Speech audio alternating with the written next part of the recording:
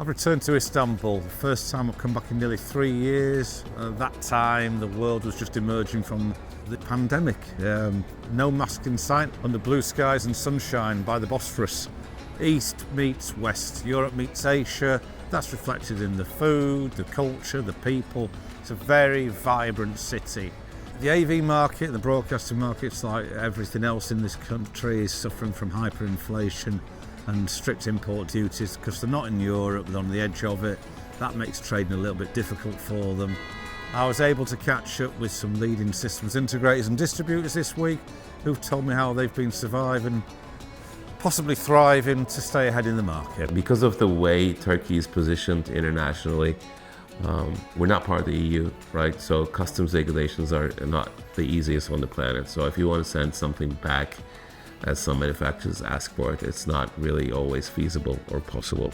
Turkey is a very dynamic market, politically, socially, things change. If you look at our last 20 years, the markets that we cater, Central Asia, Middle East, a lot of Turkish companies are active over there. So having many different partners means that we can adapt to the different needs of those markets without causing any conflict of interest, because you can't be competing with your dealer. For the Turkish market, we are a little bit, in terms of economy, fragile country. So having a reliable and good performing product is always important, but also we cannot neglect the need of the economy. So for that reason, we are especially focusing on this price performance products. We have some environmental challenges, such as the big earthquake that happened a few months ago. Also, the territory that our country is settled is unfortunately close to conflicts surrounding it. But other than that, right now the touring business is still doing okay when compared to the COVID situation. In the pandemic, some of the categories is boomed, like the home studio equipment, audio interfaces, microphones, headphones, digital pianos, MIDI keyboards. These are unbelievable, and it's a 10 times growth in that era. Now I feel that these are going to slow down, but I think live music came again. We are a good team of people working with passion for this industry, but it's a tough market due to the economical situation.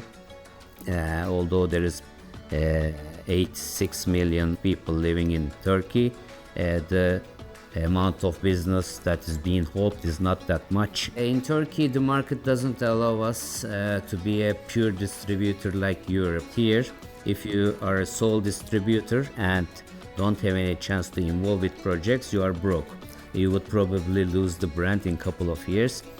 So mainly we do distribution, we do projects, free consultancy. Business is fine as long as the political environment within Turkey and outside of Turkey is good.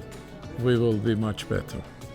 We have fixed customs, we have full costs because of these customs, but they will not change. So I'm not expecting anything from the government, but from ourselves, with our knowledge, with our upbringing, with our education, we can do more and not leave anything to the government to improve the situation.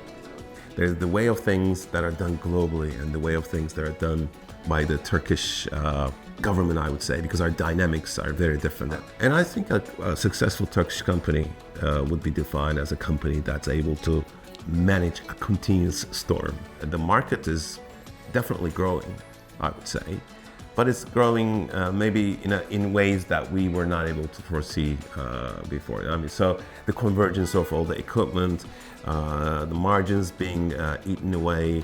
So it's important to find certain niche. That's why cooperation is very important, having different partnerships.